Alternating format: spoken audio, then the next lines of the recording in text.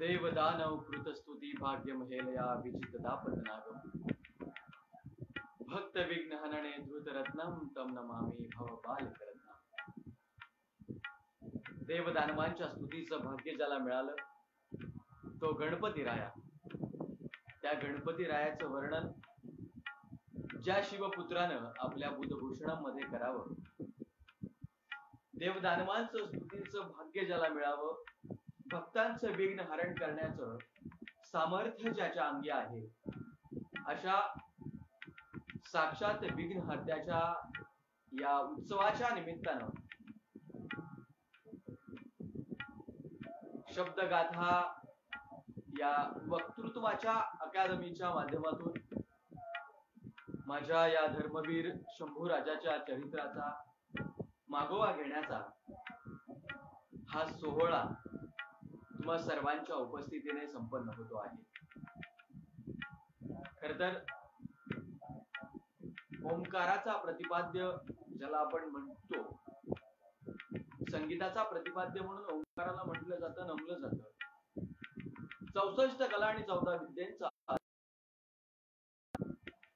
ज्या संदर्भामध्ये कित्येक संतांनी आरती गावी, ज्याच्या संदर्भामध्ये प्रत्येक पूजेचा मान हा त्याला गणाधीश जो ईश सर्वा गुणांचा मूळ आरंभ आरंभ तोडी वक्रतुंड महाकाय सूर्यकोटी समप्रभ निर्विघ्नं कुर्मे देव सर्व कार्येषु सर्वदा. अशा गणपती बाप्पाच्या गणेश उत्सवाच्या निमित्तानं आज ही व्याख्यानमाला शब्दगाथा या वक्तृत्व अकादमीच्या माध्यमातून आयोजित करण्यात आलेली आहे. वेगवेगळ्या क्षेत्रातल्या नामांकित वक्त्यांना निमंत्रित करून प्रबोधनाची वैचारिक चळवळ, खऱ्या अर्थानं सोशल मीडियाचा विधायक वापर कशा पद्धतीनं केला जातो आणि कशा पद्धतीनं करायला हवा, हे जर कोणाकडनं शिकायचं असेल तर ते शब्द अकादमीच्या माध्यमातून आपण शिकायला हवं. 1 नाही, 2 नाही, 100 नाही, 1000 नाही, तर 3000 वक्तृत्वपटू घडविण्याचा विक्रम ज्या अकादमीनं केला ती शब्दगाथा अकादमी. राजगुरुनगर अर्थात खेड तीर्थक्षेत्र देवाच्या आळंदीच्या जवळ वसलेलं हे शहर, या शहरातून सुरू झालेली ही शब्दगाथा अकादमी, या अकादमीच्या माध्यमातून राजकीय, सामाजिक वेगवेगळ्या क्षेत्रातल्या व्यक्तिमत्वांना वक्तृत्वाची झालर प्रदान करणाऱ्या या अकादमीचे संस्थापक ऍडव्होकेट शुभमदादा गाडगे, सुप्रसिद्ध व्याख्याते, त्यांचे मार्गदर्शक प्राचार्य आदरणीय प्रदीपजी. या मंडळीच्या सुरू झालेली ही वैचारिक चळवळ महाराष्ट्रातल्या वेगवेगळ्या क्षेत्रातल्या वेगवेगळ्या व्यक्तिमत्वांना निमंत्रित करून एक सामाजिक प्रबोधनाची चळवळ खऱ्या अर्थाने एका वेगळ्या पद्धतीने उभी केली. मग ते राजकीय क्षेत्रातील असू द्यात, चित्रपट क्षेत्रातील असू द्यात, कला क्षेत्रातील असू द्यात, किंबहुना सामाजिक क्षेत्रातील असू द्यात, या वेगवेगळ्या क्षेत्रातील व्यक्तिमत्वांचे अनुभव या मानवी जीवनाच्या कल्याणासाठी, युवकांच्या कल्याणासाठी आणि भारताचा कणा म्हणून ज्या व्यक्तिमत्वांकडे बघितलं जातं, ज्या माणसांकडे बघितलं जातं, त्या माणसांच्या प्रगत विकासासाठी, प्रगल्भतेच्या धाटणीसाठी, त्यांच्या वैचारिक प्रणालीमध्ये एक वेगळा विचार निर्माण करण्यासाठी ही वैचारिक चळवळ या शब्दगाथा अकादमीच्या माध्यमातून सुरू झाली. आज आनंद या गोष्टीचा वाटतोय. गौरी पूजन सगळीकडे होते आहे. आदरणीय राजे अमरसिंह उदयसिंह जाधवराव, आमचे जवळचे नातेवाईक आणि लखुजीराव जाधवराव यांचे वंशज या ठिकाणी आलेले आहेत. मनापासून स्वागत करतो. जे मंडळी या ठिकाणी लाईव्ह आता आलेले आहेत त्या सर्वांचे मनापासून आभार व्यक्त करतो आणि सर्वांचे मनपूर्वक स्वागत करतो. आपल्या चर्चेचा विषय आजचा आहे शिवपुत्र धर्मवीर शंभूराजे. सगळ्यांच्या जवळचा, जिव्हाळ्याचा आणि आवडीचा विषय. हिंदवी स्वराज्य संस्थापक छत्रपती शिवाजी महाराज यांच्यानंतर या महाराष्ट्रात अशा व्यक्तिमत्वाची अशी गरज होती की ज्या युवराजांना फक्त आणि फक्त स्वराज्य निर्माण नव्हतं करायचं, स्वराज्याचं संवर्धन नव्हतं करायचं, तर या स्वराज्यासाठी येणाऱ्या संकटांमध्ये होणारी दुप्पट जी वाढ झाली आहे ती संकट पेलून झेलायची होती. त्यांना सामोरं जायचं होतं. आपल्या माणसांची एकजूट कायम ठेवायची होती. या सगळ्या संघर्षातून निर्माण होत असताना यातून तावून सुलाखून उभ्या राहणाऱ्या व्यक्तिमत्वाला एका अस्सल सोनं ज्याला आपण म्हणतो ते अस्सल सोनं म्हणून निर्माण व्हायचं होतं. अशा शिवपुत्राची गाथा आज आपण ऐकणार आहोत. खरं म्हणजे ऐकणार आहोत म्हणण्यापेक्षा किंवा मी तुमच्या समोर फक्त मी बोलणार नाहीये, तर आपण आज चर्चा करूयात. कारण गेल्या लॉकडाऊन मध्ये आपण छत्रपती शिवाजी महाराज, संभाजी महाराज आणि वेगवेगळ्या प्रेरणादायी व्यक्तिमत्वांचे विचार ऐकत आलो आहोत. मग जेव्हा आपण या सगळ्या गोष्टींचा विचार करतो, छत्रपती शिवाजीराजांचा विचार करतो, संभाजी महाराजांचा विचार करतो, तर तुमच्या आणि माझ्या सगळ्यांच्या मनामध्ये एक प्रश्न उभा राहतो की ही जी व्यक्तिमत्व घडली, या व्यक्तिमत्वांच्या जडणघडणीमध्ये परिणामकारक कोणत्या गोष्टी आहेत, कोणत्या घटना त्यांच्या आयुष्यामध्ये अशा महत्वपूर्ण घडल्या की ज्या घटनांमुळे संभाजी महाराज आम्हाला विशेष वाटतात. असं त्यांनी काय केलं की लोकांना त्यांच्या चरणारविंदी नतमस्तक व्हावंसं वाटतं. त्यांचं कर्तृत्व, त्यांचं व्यक्तित्व, त्यांच्या संपूर्ण जीवनाच्या काळाचा जर विचार केला तर त्यांच्या जीवनामध्ये त्यांनी केलेल्या घटना ह्या इतक्या विलक्षण आणि अचंबित करणाऱ्या वाटतात की एका माणसाला हे सगळं शक्य आहे का? असं सगळं त्यांनी केलं का? असामान्यत्व आपल्याला त्यांच्या कर्तृत्वामध्ये दिसतं. या सगळ्या प्रश्नांची जी उत्तरं आहेत ती म्हणजे शंभूराजे आणि त्यांच्या जीवनातील त्यांचे प्रसंग.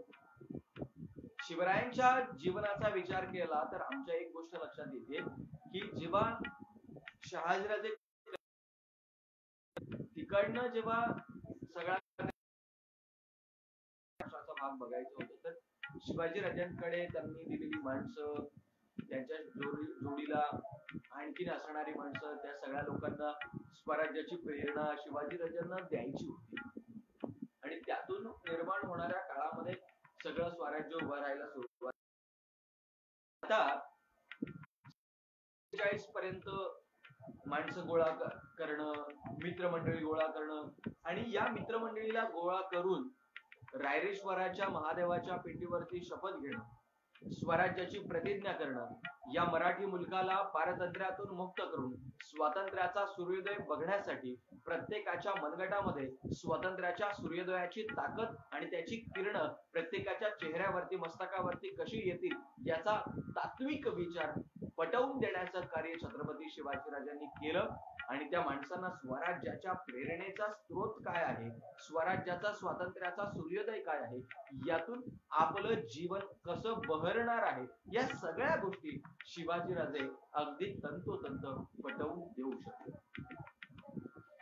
आणि 1648 पासून किंवा महाराजांच्या अगदी 1647 पासून ते 10 वर्षापर्यंतच्या काळामध्ये शिवाजीराजांचे जीवन हे पूर्णपणे संघर्षातूनच सुरू आहे. म्हणजे अगदी सुरुवातीपासूनच संघर्ष आहे. आणि आता 14 मे 1657 चा दिवस आहे. एकीकडे सगळं वातावरण आपापल्या पद्धतीने व्यवस्थित करायचंय आणि पुरंदरावर सईबाई या गडाच्या आशीर्वादानं तिथे त्यांना प्रसूतीच्या वेदना व्हायला लागल्या आणि सईबाईंना शंभूराजांच्या म्हणजेच आई साहेबांना पुरंदरावर त्यांची व्यवस्था केलेली आहे. सईबाईंना प्रसूतीच्या वेदना व्हायला लागलेल्या आहेत. दारुणी महालात त्यांना त्या ठिकाणी नेण्यात आलेलं आहे. आजूबाजूची सगळी मंडळी आता तिथे आलेली आहे. सगळ्या महिला गोळा झालेल्या आहेत आणि सगळ्यांना कळालं की स्वराज्याची मालकी या ठिकाणी आलेली आहे. म्हणजे एक काळजीच ज्याला आपण म्हणतो ती काळजी प्रत्येकाच्या चेहऱ्यावर त्या ठिकाणी होती.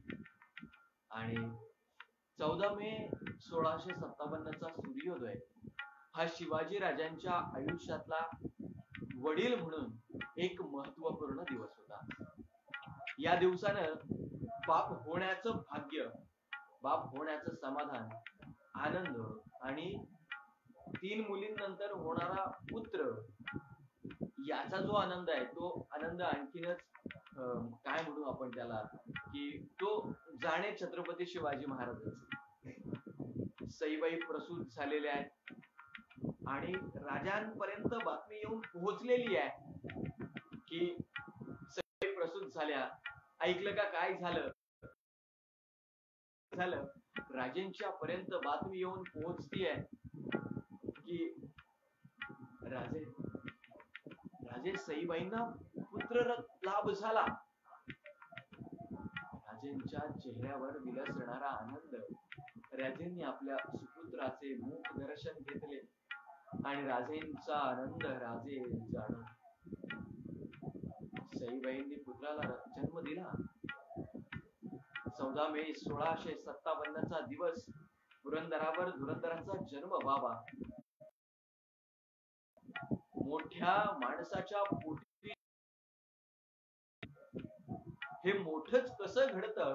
जन्माला आलेल्या त्या लेकराच्या हाळी त्याचं प्राक्तन हे कशा पद्धतीनं साठी लिहिते, जणू आयुष्यात येणाऱ्या प्रत्येक संघर्षानं तुम्हा आम्हाला सांगितलं. बाळाचा जन्म झाला. बाळाचं नाव काय ठेवायचं बारसा झाला आणि बाळाचं नाव ठेवलं गेलं शंभू बाळ. आता काळाच्या ओघामध्ये ते शंभूचं संभाजी झालं, पण आप्पासाहेब परब सांगतात की ते नाव शंभूच आहे, शंभूराजे. अपभ्रंश करत करत आपण शंभूराजेंचं संभाजी राजे केलं. पण आपण शंकर म्हणतो, शंकर म्हणत नाही, तर ते नाव शंभूराजे आहे. आणि शंभू या नावात माझ्या महादेवाचा गोडवा आहे. शिवाजी हे नाव देखील महादेवाचंच नाव, शंभू हे देखील महादेवाचंच नाव, आणि बाळाचं नाव शंभूराजे ठेवण्यात आलं. बाळाचं नाव शंभूराजे ठेवलं. भावाची याद म्हणून आपल्या लेकराला. पण पुरंदरावर काही काळ लोटल्यानंतर सईबाईंची व्यवस्था पुन्हा सुरक्षित ठिकाणी करण्यात आली. मग ती राजगडला करण्यात आली. काही दिवस लोटले. तुम्हाला सगळ्यांना माहिती आहे 2 वर्षाचा काळ लोटत होता. आता काही ठिकाणी पूर्णपणे त्याचा उल्लेख आपल्याला सापडत नाही, पण असं म्हटलं जातं की ती बाळंतपणाची व्याधी सईबाईंना लागली असावी. बाळंतपणाच्या व्याधीनं सईबाई अंथरुणाला खिळल्या.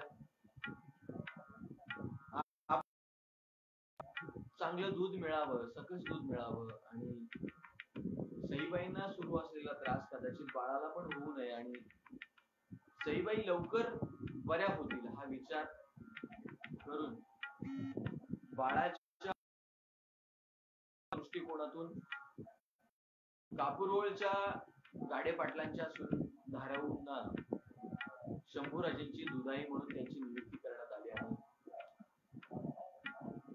धाराऊ ह्या शंभू बाळांच्या दुधाई झाल्या. बाबूराजे गाडे पाटील या ठिकाणी आलेले आहेत. याला योगायोग म्हणावा की काय माहिती नाही, पण हा योगायोग म्हणूयात. बाबूराजे, मनपूर्वक स्वागत आपलं. आणि धाराऊ शंभू बाळांच्या दुधाई झाल्या. बाळ 2 वर्षाचं झालं आणि तो दिवस शंभूराजेंच्या आयुष्यातला, त्यांच्या जन्माच्या संपूर्ण जीवनाच्या काळातला पहिला दिवस होता की जेव्हा बालोत्यावरचं लेकरू आणि बालोत्यावर असणाऱ्या लेकराला आपल्या आईचा चेहरा नीट आठवू नये, आपली आई दिसते कशी हेही त्याच्या डोळ्यांमध्ये सामावू नये, अशा त्याच्या जीवनातल्या काळामध्ये सईबाई अंथरुणाला खिळली असताना शिवाजी राजांचा हात सईबाईने हातात घ्यावा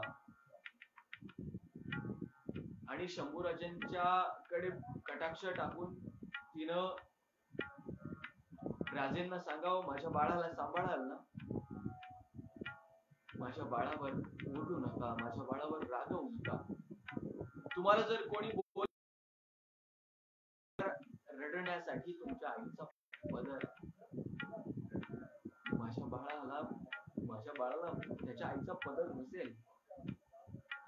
राजे शिवाजींनी सांगावं, अगं सई असं भलत सलत बोलू नकोस, अगं सई असं भलत सलत बोलू नकोस. पण सईबाईने सांगावं, माझा मृत्यू माझ्या डोळ्यासमोर आहे. शिवाजी राजांना सांगावं, विवाह करून तू सप्तपदी बरोबर एक एक वचन घेतलंस आणि तेव्हा सांगितलंस, दुःखाच्या प्रत्येक क्षणात अर्धा ते डाव मांडून सई तू जाऊ नाही शकत. पण सईच यानंताच्या विश्वाच्या निर्मात्यापुढे काहीच झालं नाही. सईबाई पंचतत्वात विलीन झाल्या. सईबाई पंचतत्वात विलीन झाल्या आणि सईबाई या सृष्टीचा निरोप घेतला. 10 नोव्हेंबर 1659 अफजल खानाला संपवले शिवाजीराजांनी. त्याच्या फक्त 1 महिना अगोदर 5 सप्टेंबर 1659 चा दिवस राजांच्या आयुष्यातला प्रसंग, राजा संभाजीराजांच्या आयुष्यातला प्रसंग. 2 वर्षाचं लेकरू बालवत्यावर असताना स्वतःची आई दगावली गेली आणि त्या दिवसापासून त्याच्या जीवनात दुःख, विरह याची नांदी झाली. काय सुरुवात माणसाच्या आयुष्यातलं दुःख काय असेल? म्हणजे आज अनाथ आहोत हे आपण पाऊ करणार किंवा आपण आपल्या आयुष्यामध्ये आपल्याकडे हे नाहीये ते नाहीये हे सांगणारे आपण. त्या 2 वर्षाच्या लेकराची आई वयाच्या 2ऱ्या वर्षी त्याला गमवावी लागते आणि त्या सगळ्या परिस्थितीतून जेव्हा त्याच्या आयुष्याची एक वेगळी सुरुवात होते, आई विना पोरकं झालेलं लेकरू स्वतःच्या आयुष्याचं सुख कशात आहे हे शोधू लागतं. इतर 7च्या 7 राण्या आईचं त्याला प्रेम देऊ लागतात. आपली खरी आई कोण आहे हे त्याला ओळखणं कठीण व्हावं आणि स्वतःच दूध पाजणारी धाराऊ माझ्या शंभू बाळाला त्या शंभू बाळानं धाराऊचं दूध प्यावं आणि त्या धाराऊला देखील आपली आई मानावं, तिच्याशी प्रामाणिक राहावं. 2 वर्षाचा काळ लोटला असेल. 1660 पर्यंतचे 3 वर्ष गेली. 1659-60 तोपर्यंत महाराजांची पन्हाळगडाची सुटका झाली होती. महाराजांचं पराक्रम वाढत चाललं होतं. अफजल खानाला संपवल्यानंतर महाराजांची शक्ती वाढली होती. पन्हाळगडाची सुटका करून सिद्धी जोहरवर निर्माण केलेला वर्चस्व, त्याच्यानं शिवाजीराजांची ताकद वाढली होती. या सगळ्यामुळे औरंगजेब देखील कंटाळला होता की शिवाजी कंट्रोल ठेवायचा तरी कसा, आणि म्हणून शिवाजीराजांवरती कंट्रोल ठेवण्यासाठी त्यानं मिर्झा राजे जयसिंगला पाठवलं. मिर्झा राजे जयसिंग आला तोपर्यंत संभाजीराजाला ज्या ज्या गोष्टी शिकवायला हव्या होत्या त्या प्रत्येक गोष्ट जिजाऊ साहेब शिकवत होत्या. एक वेळ अशी होती, शिवाजीराजाला शिकवत असताना त्यांना रामायणातल्या कथा सांगाव्यात, महाभारतातल्या कथा सांगाव्यात, आणि आता माझ्या शंभू राजाला शिकवताना त्यांनी रामायणातल्या कथा सांगाव्यात, महाभारतातल्या कथा सांगाव्यात, आणि याच्याच सोबत आपल्या पराक्रमी पुरुषाच्या, आपल्या पराक्रमी सुपुत्राच्या या दोन्हीही कथा सांगाव्यात. शहाजीराजेंनी पारतंत्र्यातून स्वतंत्र सूर्योदय पाहण्याचं स्वप्न कसं पाहिलं, शिवाजीराजांनी त्या स्वतंत्र स्वराज्याचा विचार आपल्या अंतःकरणामध्ये रुजवून स्वतंत्र स्वराज्याचा विचार कसा अस्तित्वात आणला, या साऱ्या कथा आपल्या नातवाला जिजाऊन सांगाव्यात. स्वराज्याचा एक एक विचार जिजाऊन आपल्या शिवाजी राजांच्या कथा सांगाव्यात.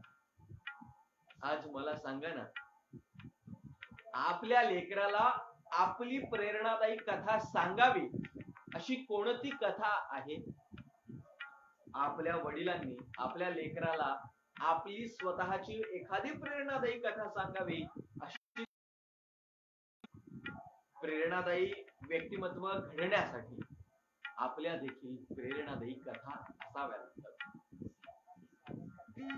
मग तो कोणताही प्रसंग असू द्या, शून्यातून निर्माण केलेलं तुमचं कौटुंबिक सुख असू द्या, एखाद्या करिअरच्या बाबतीमध्ये तुम्ही निर्माण केलेलं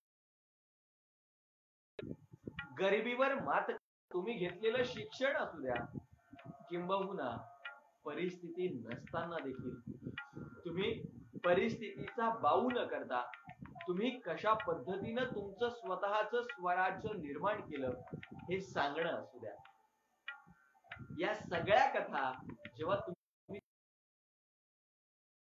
तेव्हा तुमची लेकरं घडण्यात तुम्हाला मेहनत करावी नाही लागणार. आम्ही गावच्या विकासाचा निधी कसा लुबाडला, आम्ही आमच्या गावच्या लोकांना त्रास देऊन आम्ही कसे स्वतंत्र संपन्न झालो, आम्ही किती लोकांच्या दारूची दुकानं संपवली, आम्ही आमच्याच माणसांच्या विरुद्ध कसे उभे राहिलो, आम्ही आमच्याच घरातल्या लोकांच्या विरुद्ध कशा कुरघोड्या केल्या, आम्ही आमच्याच माणसांचे पाय कसे खेचले, या प्रेरणादायी कथा होऊ नाही शकत. संस्कार जेव्हा आम्ही घडवत असतो तेव्हा ते संस्कार अनुकरणातून घडत असतात.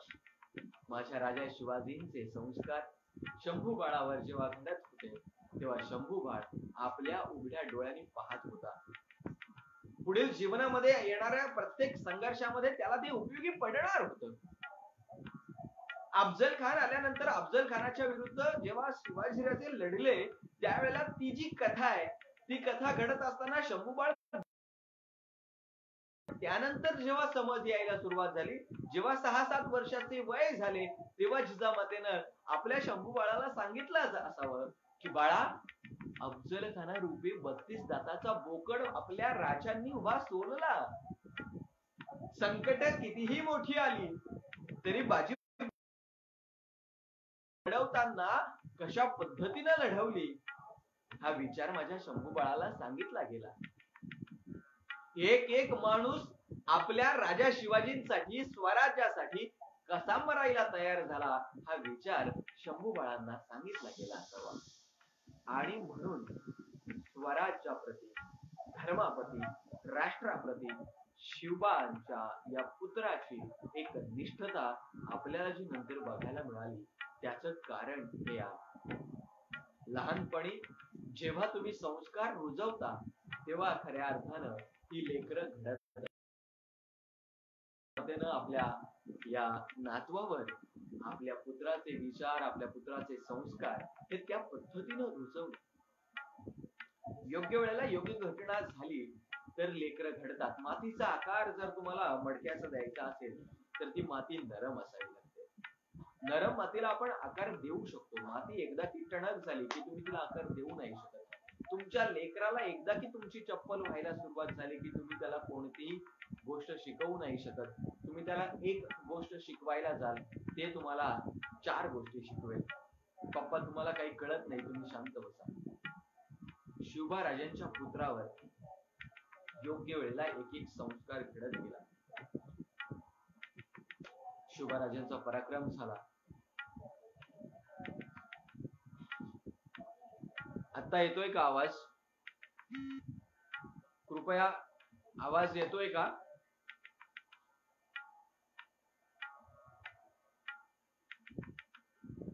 श्रीरामजी घुले साहेब, मनपूर्वक स्वागत.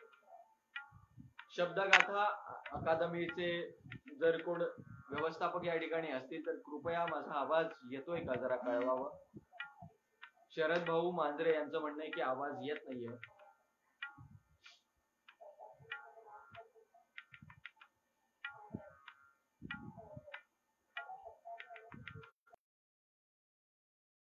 श्रीराम दादा माझा आवाज येतोय मला?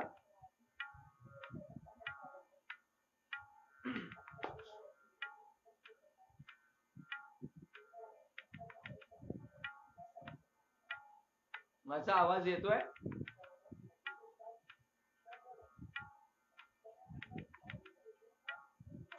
कोणीतरी कळवा फास्ट मला कमेंट मध्ये, म्हणजे मला कळेल. ओके, मनपूर्वक धन्यवाद सचिन दादा.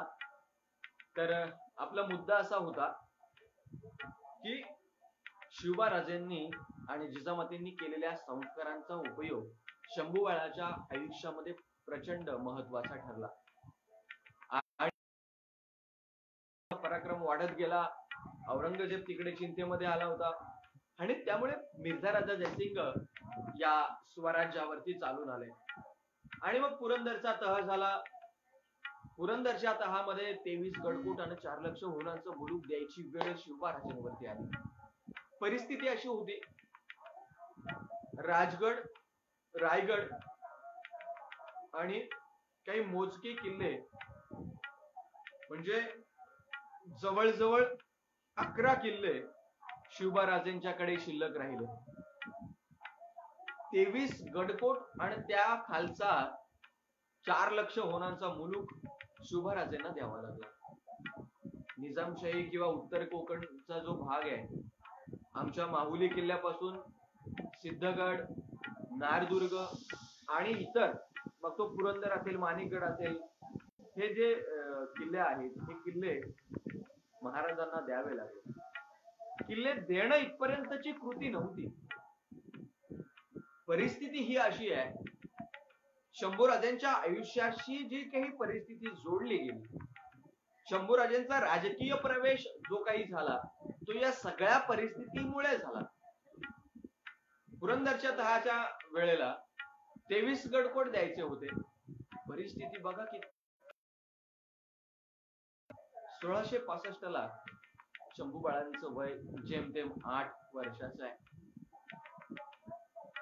23 किल्ल्याच्या किल्लेदारांना फरमान पाठवले गेले की मिर्झा राजे जयसिंगाची माणसं येतील आणि मिर्झा राजे जयसिंगाच्या माणसांना किल्लेदारानं किल्ला द्यायचा. आणि मग जर एखाद्या किल्लेदाराला वाटलं मला किल्ला द्यायचा नाही, वाटलं नाही द्यायचा, तर काय, तर शंभूराजेंची कत्तल होईल. किती वय आहे? विचार करा, माणसाचं आयुष्य किती संघर्ष यावा एखाद्या माणसाच्या आयुष्यामध्ये. वयाच्या दुसऱ्या वर्षी आई आता बघणार नाहीये, तो वय वर्ष 8 आहे. पुरंदरचा तह झालाय आणि पुरंदरच्या तहामध्ये या 23 किल्लेदारांनी किल्ले द्यायचे आणि त्या प्रत्येकावर शिवाजीराजांना विश्वास ठेवायचा आहे की ते सगळे किल्ले देतील. पर्याय नाहीये. मिर्झा राजा सगळ्या माणसांच्या सोबतीनं इथे प्रत्येक माणसाला त्रास द्यायला सुरुवात केली. शंभू बाळास पोलीस ठेवण्यात आलाय. त्याला तुम्ही मॉर्गेज म्हणू शकता, जामीन म्हणून. एखाद्या किल्लेदाराला वाटलं नाही द्यायचं, वाटलं नाही द्यायचा, नाही दिला तर शंभू बाळाचा जीव धोक्यात आहे. मिर्झा राजे जयसिंगाने जरूर शब्द दिलाय शंभूराजांच्या जीवाला काही धोका होणार नाही. 3 महिने शंभू बाळ मिर्झा राजा जयसिंगांच्या तावडीत आहेत, सांभाळत आहेत. पण जर का काही धोका झाला तर 3 महिने जिजामातेला डोळ्याला डोळा लागत नाही. चिंता आहे फक्त शिवबाराजांचा विश्वास या 23 किल्लेदारांवरती आहे आणि त्याच वेळेला मिर्झा राजा जयसिंगावरती देखील ठेवायचा आहे. इतकी मॅच्युरिटी या 8 वर्षाच्या लेकरामध्ये देखील आहे. दोघांचा संवाद आहे. संवादातून शंभू बाळांची हुशार मिर्झा राजा जयसिंगाला दिसतीये. सोबत जवळची माणसं, मग नेतोजी काका देखील त्यांच्या जोडीला जोडीला जाताना शिवाजी राजांनी सांगावं, बाळा तुम्हाला काही जरी निर्णय घ्यायचा असेल तर तो अगोदर काकांना विचारायचा. हे सगळं समजवलंय बाळ. कितव्या वर्षी? 8व्या वर्षी. शिवबाराजांनी वयाच्या 16व्या वर्षी स्वराज्याची शपथ घेतली आणि माझ्या शंभू बाळाचा प्रवेश 8व्या वर्षी होते राजकारणात. ज्या वयात आई सोबत गेलेली लेकरं देखील रडतात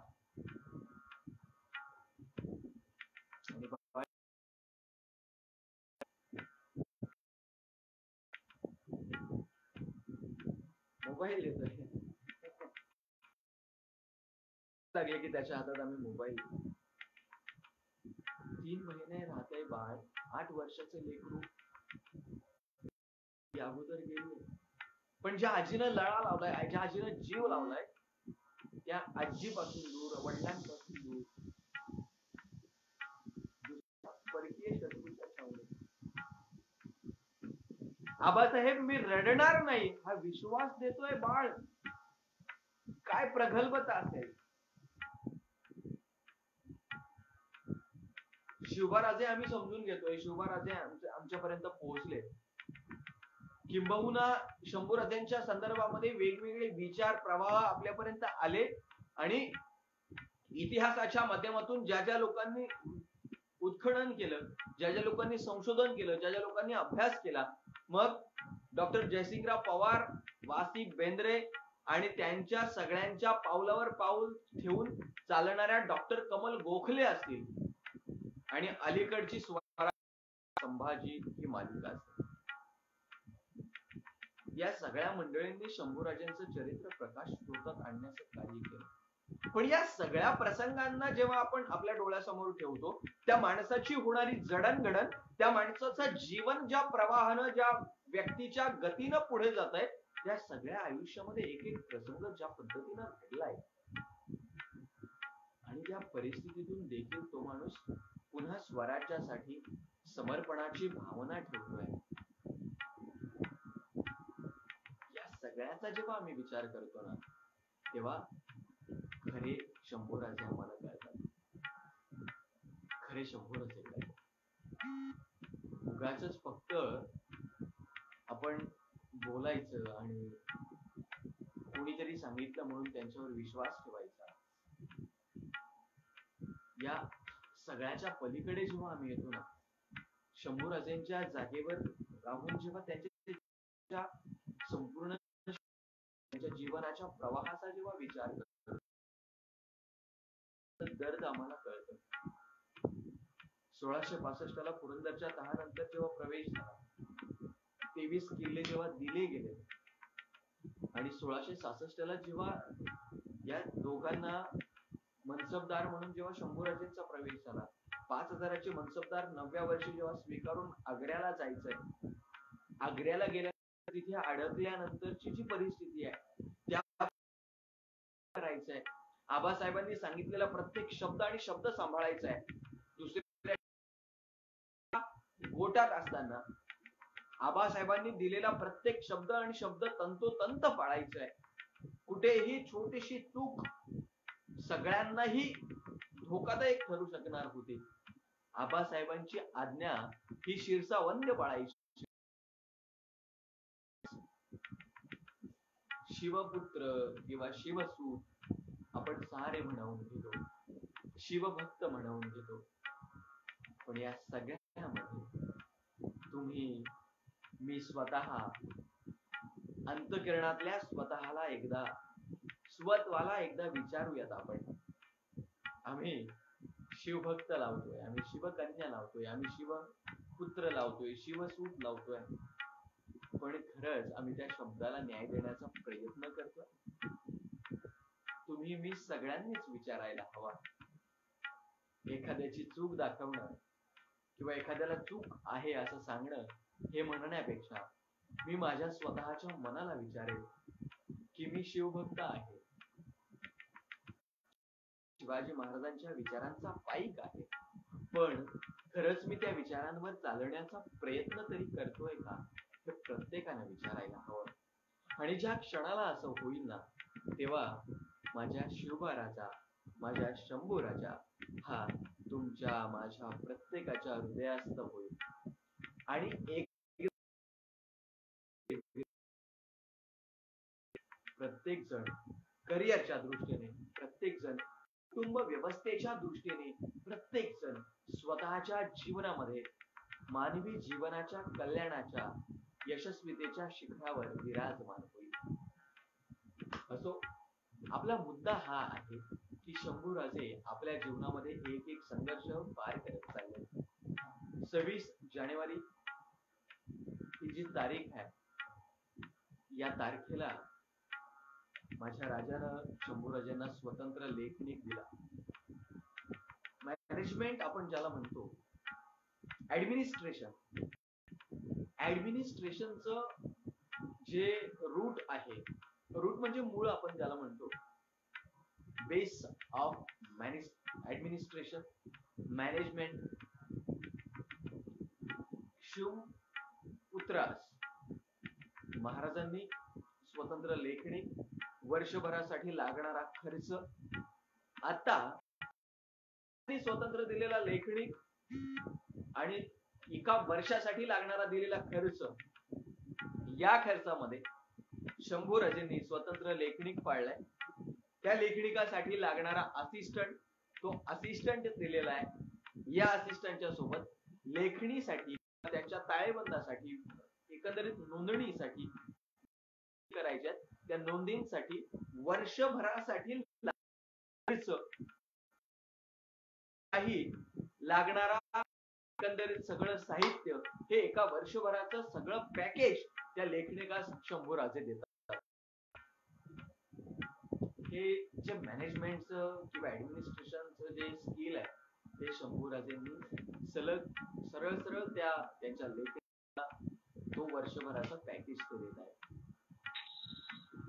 या सगळ्याचा जेव्हा आपण सूक्ष्मपणे विचार करू ना, तेव्हा शंभूराजेंचं हे स्किल आपल्याला लक्षात येतं. बुद्धी चातुर्याच्या संदर्भामध्ये जेव्हा आपण बघतो की ज्या माणसानं बुद्धीच्या देवतेची वेगवेगळी नावं, त्यांची रूप, त्यांचे विचार हे आपल्या साहित्यामध्ये नोंदलं, वेगवेगळ्या सांस्कृतिक एन्शियंट लिटरेचरचा ज्यांना अभ्यास करावा, एकीकडे फॉरेन मध्ये एन्शियंट मॅन्युस्क्रिप्ट लोक वाचत होते. 1476 ला इंग्लंड मध्ये थॉमस पॅक्स्टन प्रिंटिंग प्रेसचा शोध लावतो. त्याच्यानंतर बराचसा काळ निघून गेलेला आहे आणि एकीकडे महाराष्ट्रामध्ये या 17व्या शतकामध्ये शंभूराजे वेगवेगळ्या आपल्या साहित्याचं अध्ययन करतायत. त्या सगळ्या अध्ययनांचा अभ्यास एका स्वतंत्र पद्धतीने आपापल्या पद्धतीनं मांडतायत. फक्त वाचन संस्कृती नाहीये, तर वाचन संस्कृतीच्या व्यतिरिक्त लिखाण संस्कृतीला ते देखील एक चालना देण्याचं काम शंभूराजे करतायत. आज आम्हाला वाचायला मिळत नाही, आज आम्हाला वाचायला वेळ मिळत नाही, या ज्या सगळ्या गोष्टी आहेत, या सगळ्यातून आम्हाला शंभूराजे एका वेगळ्या पद्धतीनं उभे राहतात. लढाईच्या व्यतिरिक्त जेव्हा आम्ही शंभूराजेंच्या चरित्रामध्ये बघतो, तेव्हा मला ही गोष्ट समजते, अगदी प्रकर्षाने समजते. बुधभूषणम असेल, नायिका भेद असेल, 7 शतक असेल, ही जी सगळी पुस्तकं आपण जेव्हा बघतो ना, तेव्हा मग ते वैदिक शास्त्रा संदर्भामध्ये असेल, सांस्कृतिक शास्त्रा संदर्भामध्ये असेल, प्रत्येक क्षेत्रामधल्या वेगवेगळ्या गोष्टी त्यांनी अभ्यास करून मांडलेल्या आहेत. मी मगाशी जेव्हा सुरुवात केली आपल्या या चर्चेची, तेव्हा या चर्चेच्या सुरुवातीलाच आज साक्षात ज्या गणेशाच्या जयंतीच्या निमित्तानं किंवा त्यांच्या उत्सवाच्या निमित्तानं ही जी विशेष व्याख्यान मला सुरू केलेली आहे, त्या गणरायाच्या संदर्भामध्ये शंभूराजे म्हणतात, देवदान उकृत स्तुती भाग्यम हेलया विजित दापतनागम भक्त विघ्न हणने द्रुत रत्नम तम नमामि भव बालकरत्नम. त्या गणपती बाप्पाचा उल्लेख माझे शंभूराजे करतात. मला सांगायचं हे आहे की शंभूराजेंनी जितक्या प्रमाणामध्ये वाचन संस्कृतीला महत्व दिलं, त्याच वेळेला त्यांनी लेखनाच्या शैलीला देखील महत्व दिलेलं. त्यामुळे युवक म्हणून वाचन करणं गरजेचं आहे. छत्रपती शिवबाराजेंच्या सोबत शंभूराजेंचं चरित्र वाचणं गरजेचं आहे.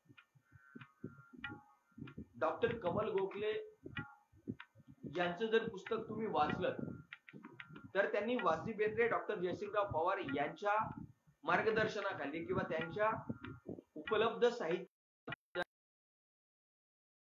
थिसिस, ज्याला आपण प्रबंध असं म्हणतो, तो प्रबंध त्यांनी मांडलेला आहे. त्यामुळे तात्विक आणि तार्किक, ज्याला आपण तर्कशुद्ध पद्धतीनं लिखाण ज्याला म्हणतो, ते लिखाण त्यांचं आहे.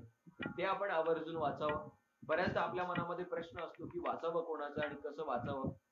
तर मी ते तुम्हाला सुचवेल. वासी बेंद्रेंचं वाचावं, डॉक्टर जयसिंगराव पवार यांचं वाचा. जे जे साहित्य तुम्हाला दिसेल ते साहित्य वाचा. आणि फक्त वाचू नका, तर आपले स्वतःचे विचार देखील त्यावर व्यक्त करा. चला पुढे. आता आग्र्यातून होणारी सुटका, त्या सुटकेतून शंभूराजे आपलं मथुरेतून येणारं जे काही संपूर्ण प्रवास आहे, या प्रवासातून संस्कृत शिकणं असू द्या,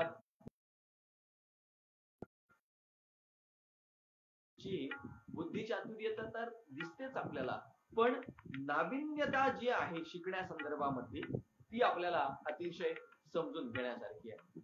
नवीन शिकण्याची त्यांची जी रुची आहे, नवीन शिकण्याची जी आवड आहे, ही आवड आपल्याला समजून घ्यावी लागेल. आपण आज आपल्या एका चाकोरीच्या व्यतिरिक्त दुसरं शिक्षण घ्यायला बघत नाही आहोत. आपण आपलं पोटेन्शियल ओळखत नाही आहोत.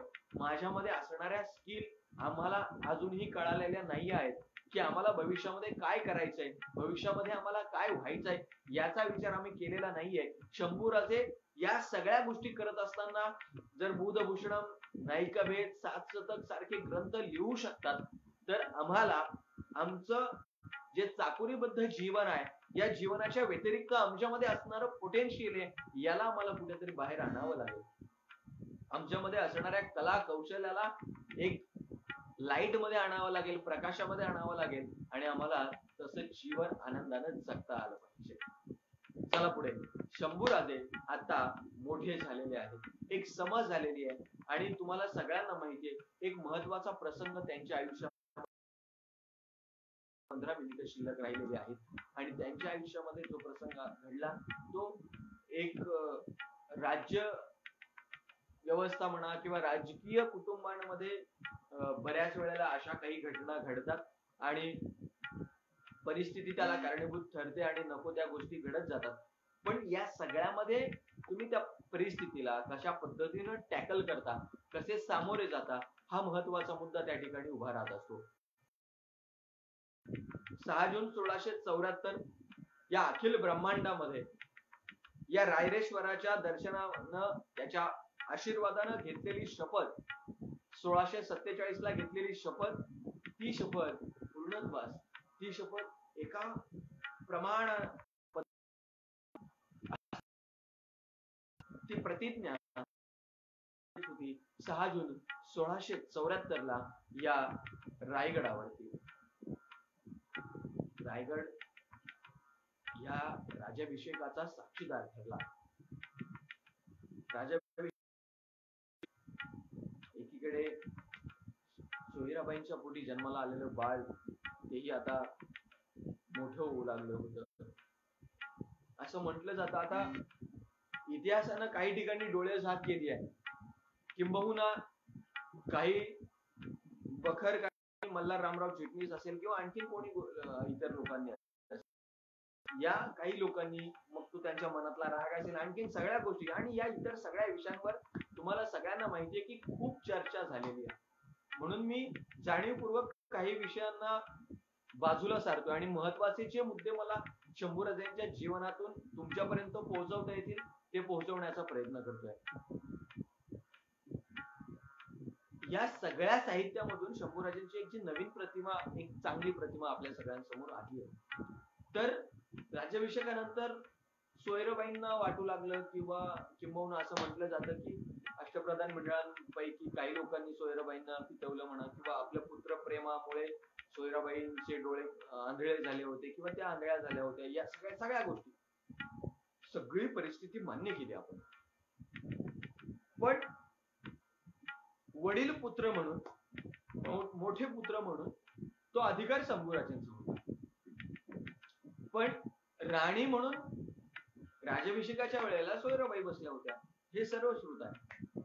आणखीन काय काय घटना घडल्या, काय काय झालं हे सगळं बाजूला ठेवून आहे आता सध्या की युवराज म्हणून जेव्हा काही गोष्टी शंभूराजांपर्यंत येत नव्हत्या, किंबहुना शंभूराजांना कळू लागलं की अष्टप्रधान मंडळाकडून म्हणा किंवा सोयराबाईंकडून जो प्रेम मिळत होता तो प्रेम मिळत नव्हता, बऱ्याचशा गोष्टी झाल्या, त्यावेळेला त्या माणसाची मानसिकता काय आणि त्याच वेळेला शिवाजीराजांची अष्टप्रधान मंडळ सांभाळत असताना आणि त्याच वेळेला आपल्या वडील पुत्राचं मन सांभाळताना त्यांनी केलेलं जे नियोजन आहे ते नियोजन कुटुंब व्यवस्था सांभाळण्याचं कसब दाखवतं.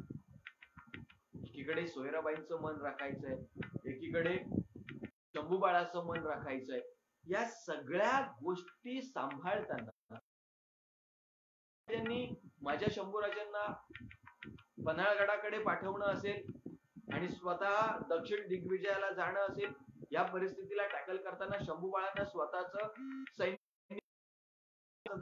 उभं करणं असेल आणि त्यावेळेला सामान्य माणसांना आपलं करणं असेल. एक गोष्ट लक्षात ठेवा, परिस्थितीच्या विरुद्ध म्हणा किंवा परिस्थिती त्यांच्या विरुद्ध घडली असली तरी त्यांचं ध्येय, त्यांचं उद्दिष्ट हे एकच होतं की स्वराज्याला एकत्र कसं करता येईल, स्वराज्यासाठी काम कसं करता येईल, सामान्य माणसासाठी काम कसं करता येईल. शिवाजीराजांना येऊन बऱ्याच लोकांनी सांगण्याचा प्रयत्न केला की शंभूराजांचे घोडे सामान्य लोकांमध्ये फिरतायत किंवा नको नको त्या छोट्या छोट्या लोकांमध्ये ते जाऊन जेवण करतायत. पण त्यावेळेला शेवटी शिवाजीराजांनी शंभूराजांना जवळ घेऊन सांगावं की बाळ, तुमचं ज्या ज्या ठिकाणी जाणं होतंय त्या त्या सगळ्या तक्रारी आमच्यापर्यंत येऊन पोहोचतायत. तुमचे घोडे ज्या दिशेनं उधळतायत त्या दिशेनं उधळता असताना तिथे राहणारी माणसं ही प्रामाणिक आहेत, स्वार्थ न शिवलेली माणसं तिथे राहतात, त्या माणसांना जपायचं काम करा. ह्या ज्या काही घटना आहेत, ह्या ज्या काही गोष्टी आहेत, ह्या सगळ्या जेव्हा आम्ही लक्षात घेतो, किंबहुना जेव्हा एक पत्र उपलब्ध झालंय असं डॉक्टर कमल गोखले यांनी यांच्या पुस्तकामध्ये मेन्शन केलेलं आहे की त्या मृत्यूपत्रामध्ये त्याचं ट्रान्सलेशन इंग्लिश मध्ये आहे आणि असं त्यांनी उल्लेख केले की ते एक पत्र सापडलं होतं. त्या पत्रामध्ये एक त्यांचं जे अष्टप्रधान मंडळ आहे किंवा त्यांची जी खंत आहे ती खंत त्यांनी त्यांच्यामध्ये व्यक्त केली होती की अष्टप्रधान मंडळ आहे, राजारामराजे आता थोडे मोठे झालेले आहेत, पण वडील पुत्र शंभूराजे यांना आम्हाला सांभाळायचंय, आणखीन बऱ्याच काय काय काय काय गोष्टी आहेत त्याच्यामध्ये. त्यांचं मन महत्वाचं आहे. गोष्टी असल्या तरीही शंभूराजे हे स्वराज्यासाठी किती पद्धतीनं योग्य आहेत आणि महत्वाचे आहेत हे शिवबाराजेंना माहिती होतं. त्यामुळे मग तो दिलेर खानाला शिवबाराजेंच्या परवानगीनं शंभूराजे जाऊन मिळणं असू द्यात, किंबहुना इतर ज्या ज्या काही घटना घडत गेल्या त्या घटना असू द्यात, जर खरोखरच शंभूराजे असते तर ते पुढे जाऊन धर्मासाठी, स्वराज्यासाठी समर्पणाची भावना ठेवून राहिले नसते. विरुद्ध उभा राहिला तसे शंभूराजे कायमस्वरूपी उभे राहिले असते आणि स्वतंत्र राज्य निर्माण करू पाहू शकले असते, पण तसं त्यांनी केलं नाही. साहजिक गोष्ट आहे की तुम्हा सगळ्यांना माहिती आहे की आज संभाजीराजांच्या आयुष्याच्या संदर्भामध्ये ज्या ज्या काही चुकीच्या घटना किंवा चुकीचे मतप्रवाह तुमच्या आमच्या सगळ्यांसमोर ठेवले गेले, त्याचं खंडन हळूहळू होत आलंय आणि झालेलं आहे. त्यामुळे मी तिकडे जास्त वळणार नाही.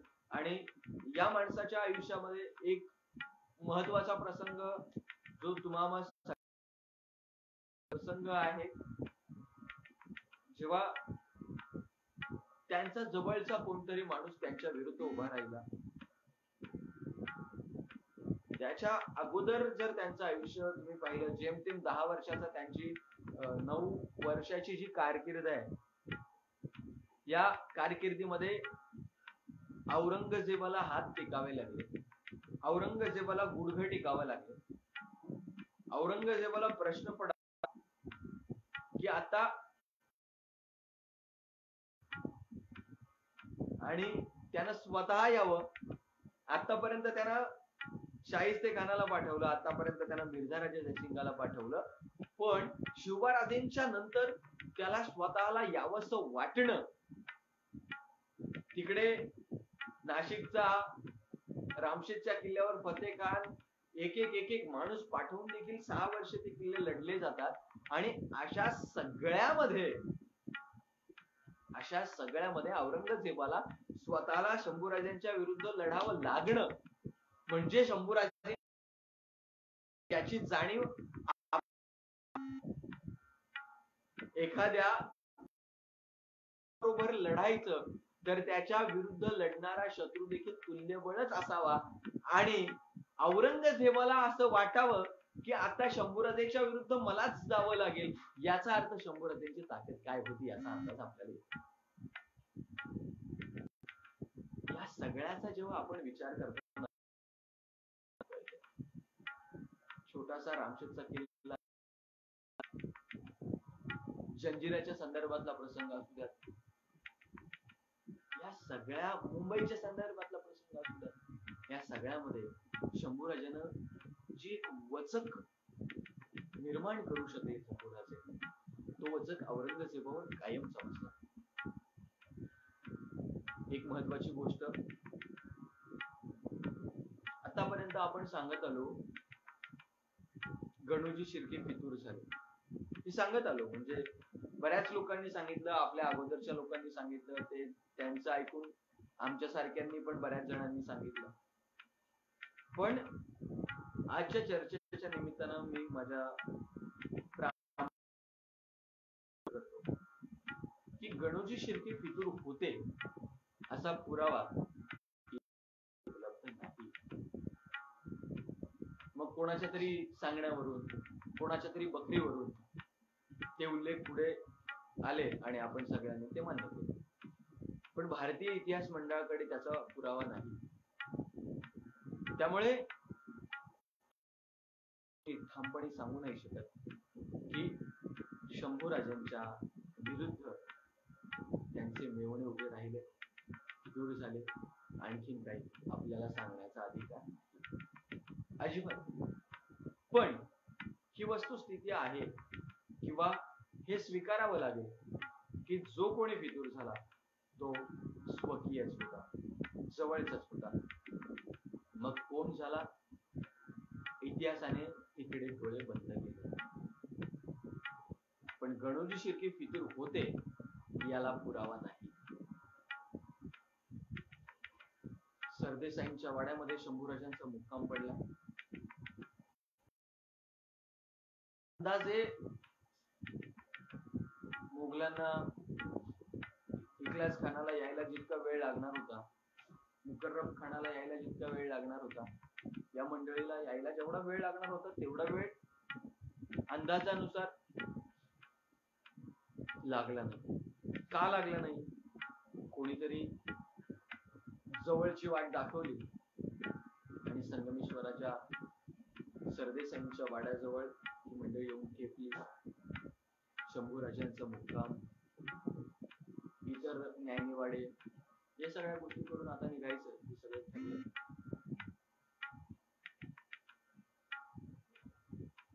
त्यांचा मित्र कवी कलश ही सगळी मंडळी सोबत आहे. ओम ठोंबरे पाटील स्वागत आहे, मंडळी सोबत आहे त्यांच्या. न्यायनिवाडा होईलच आणि आता आज मुक्काम करायचा आणि उद्या सकाळी उठून जायचं. चुकून ही सगळी मंडळी सरदेसाईंच्या वाड्याला घेरलं गेलं. कवी कलशांना कळालेलं आहे की गनिम आलाय आणि झोपेतून उठलेले संभाजीराजे आपली समशेर घेतलेली आहे. म्हालोजी बाबा सगळे मंडळी बाहेर आलेली आहे. समोर मुकर्रब खान, इखलास या लोकांबरोबर लढाई सुरू झालेली आहे. म्हालोजी बाबा अंगात प्रचंड ताकद आणून 10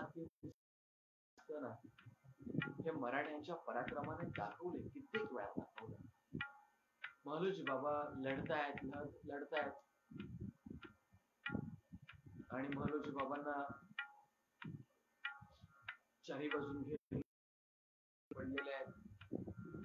तिकडून शंभूराजेंना निरोप आलेला आहे की चला नावडी नदी जवळ करा, तिथे तुमची व्यवस्था केली आहे. आणि मलोजी बाबा पडल्यानंतर शंभूराजे, कवी कलश ही सगळी मंडळी आता अडकणार आणि शंभूराजेंना सांगितलेलं आहे कवी कलशांना की तुम्ही जावा, पुढे जावा. आणि इतक्यात कवी कलशांच्या एक धनुष्य लागावं, बाण लागावा, कवी कलश खाली पडावे, त्याच तरशी शंभूराजेनं लगाम खेचावी आणि पाठीमागे बघावं. कवी कलशांना आवाज द्यावा, मैं गिर गया हूँ राजन, राजन मैं गिर गया हूँ, आप नावड़ी नजदीक कीजिए, आप नावड़ी नजदीक कीजिए, मैं गिर गया हूँ. शंभूराजांना सांगावं, अरे आयुष्य स्वराज्यासाठी वाहिलेस तू. आयुष्याचा प्रत्येक क्षण आणि क्षण मैत्री काय असते याचा आदर्श कृष्ण आणि सुदाम्यानंतर तू सांगितलास. कवी कलशांना म्हणून घ्यायला राजांनी परत यावं. कवी कलश आणि शंभूराजे दोघांना गिरफ्तार व्हावं. दोघेही पकडले गेले. कवी कलश आणि आता शंभूराजे दोघांना पकडले, बहादूरगडावर नेण्यात आले. औरंगजेबाला कळालेलं आहे की आता शंभूराजेंना कैद केलंय. जे मला प्रश्न पडलाय, नक्की शंभू तुम्ही पकडलाय का?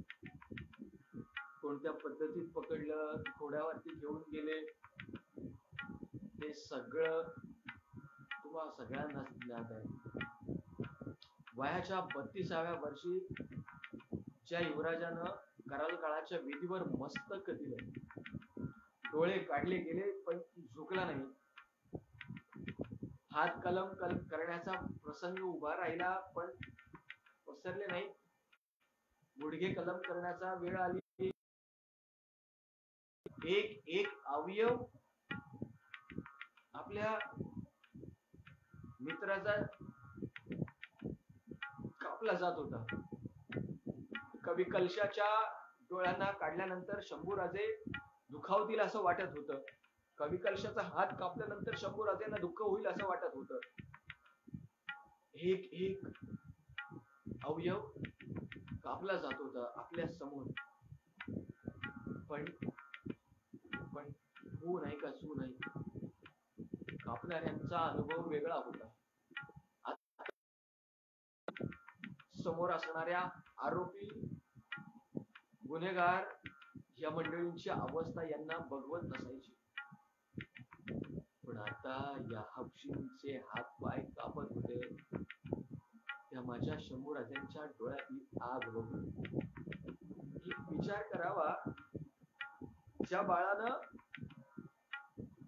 बालुत्यावर असताना आपली आई दगावली आहे, आयुष्य संपूर्ण संघर्षानं गेलेलं आहे आणि एका क्षणाला ठरवलं जाऊ दे सगळं सोडून द्यावं आणि स्वराज्य हा सगळा विचार सोडून द्यावा, या देहासाठी, जीवनासाठी, जगण्यासाठी, आनंदासाठी, आयुष्यासाठी सगळं सोडून द्यावं आणि औरंगजेबाला समाविष्ट व्हावं, सामील व्हावं. एक विचार केला असता तर जीवन. पण या माणसानं ऐकलं नाही. औरंगजेबाच्या माणसानं, या माणसानं स्वराज्यासाठी, या माणसानं धर्मासाठी, या माणसानं आबासाहेबांच्या विचारासाठी हो नाही का सू नाही.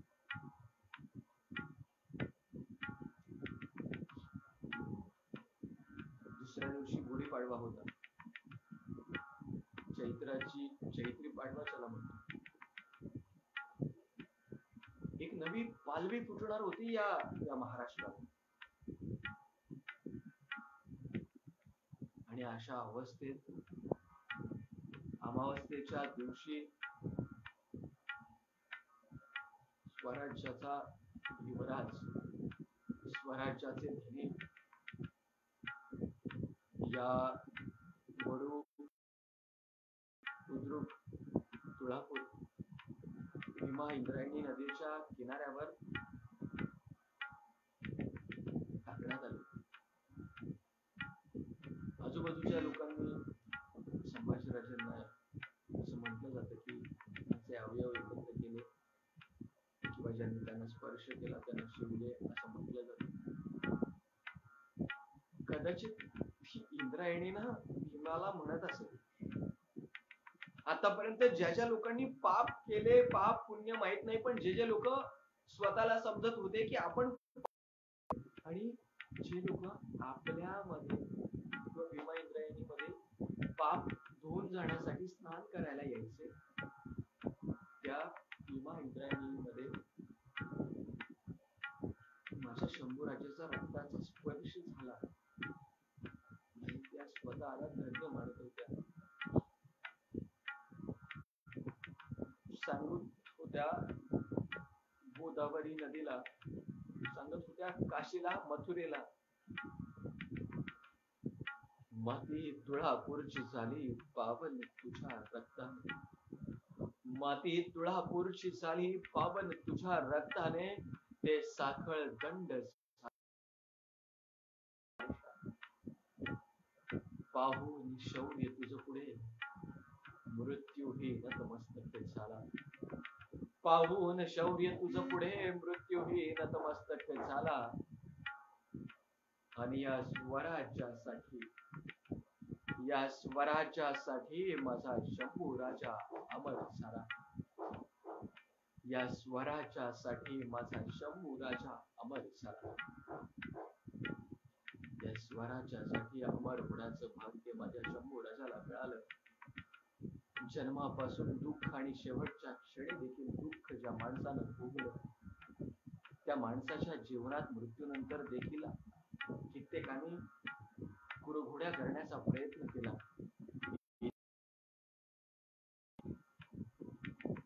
एका वेगळ्या दृष्टीनं माझ्या शंभूराजांच्या चरित्राकडे बघण्याची दृष्टी या नव्या इतिहासकारांना तुम्हा आम्हाला दिलेली आहे. अभ्यासात्मक दृष्टिकोनातून त्यांच्या जीवनाला जर खऱ्या अर्थानं श्रद्धांजली व्हायची असेल, तर माझ्या शिवबाराजांच्या विचारांनी चालणारी पिढी, माझ्या शंभूराजांच्या विचारांवर जेव्हा आम्ही चालू, त्यांच्या जीवनातला एक एक पैलू जेव्हा आपण आत्मसात करू, तेव्हा माझा शंभू राजा तुमच्या आणि माझ्या हृदयात जिवंत राहील.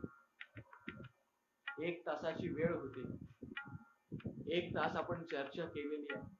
मला माहिती आहे काही लोकांना युद्ध प्रसंग ऐकावेसे वाटत असतात, किंबहुना काही लोकांना असं वाटत असतं मजा नाही आली, शहारे आल्याशिवाय मजा नाहीये. पण प्रदीपजी कदम साहेब किंवा आमचे स्नेही ऍडव्होकेट शुभम दादा घाडगे यांच्या मुळात प्रबोधनाच्या चळवळीला जे झालर आहे प्रबोधनाची, ते प्रबोधन आणि या ऐतिहासिक पुरुषांच्या जीवनातून कोणतं नवनीत आपण आत्मसात करायचं, कोणतं लोणी आपण आत्मसात करायचं हे कळणं गरजेचं आहे.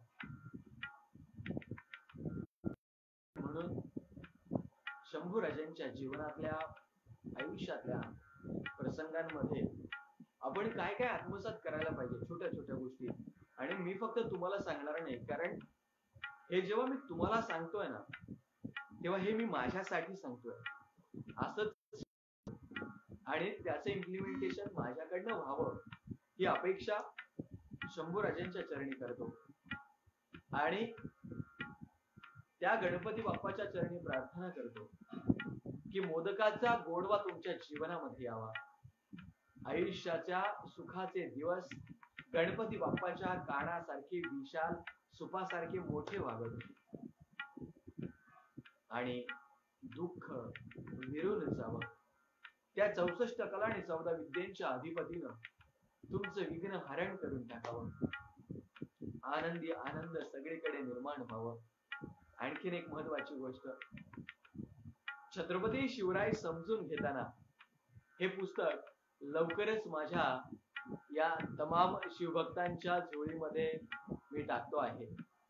आदरणीय प्राचार्य प्रदीपजी कदम साहेब यांच्या आम्हाला मार्गदर्शन करतायत. तुमच्यासारख्या आणखीन त्याच्यामध्ये काही बदल करता आला किंवा तुमच्याकडनं काही सूचना मला घेता आल्या तर आनंद आहे.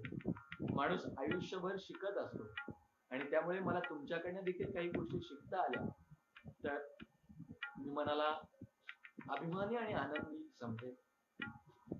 त्यामुळे मी तुम्हाला सगळ्यांना विनंती करेल की या पेजवरनं तुम्ही माझं कॉन्टॅक्ट घेऊ शकता, माझे डिटेल्स तुम्हाला मिळतील.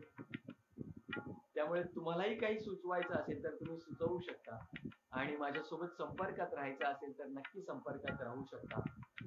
एका तासामध्ये मला सगळ्याच गोष्टी किंवा सांगणं शक्य नाही होत. तुम्हाला बघायचं असतील तर तुम्ही YouTube वर जाऊन या व्हिडिओज व्याख्यानं नक्की बघू शकता.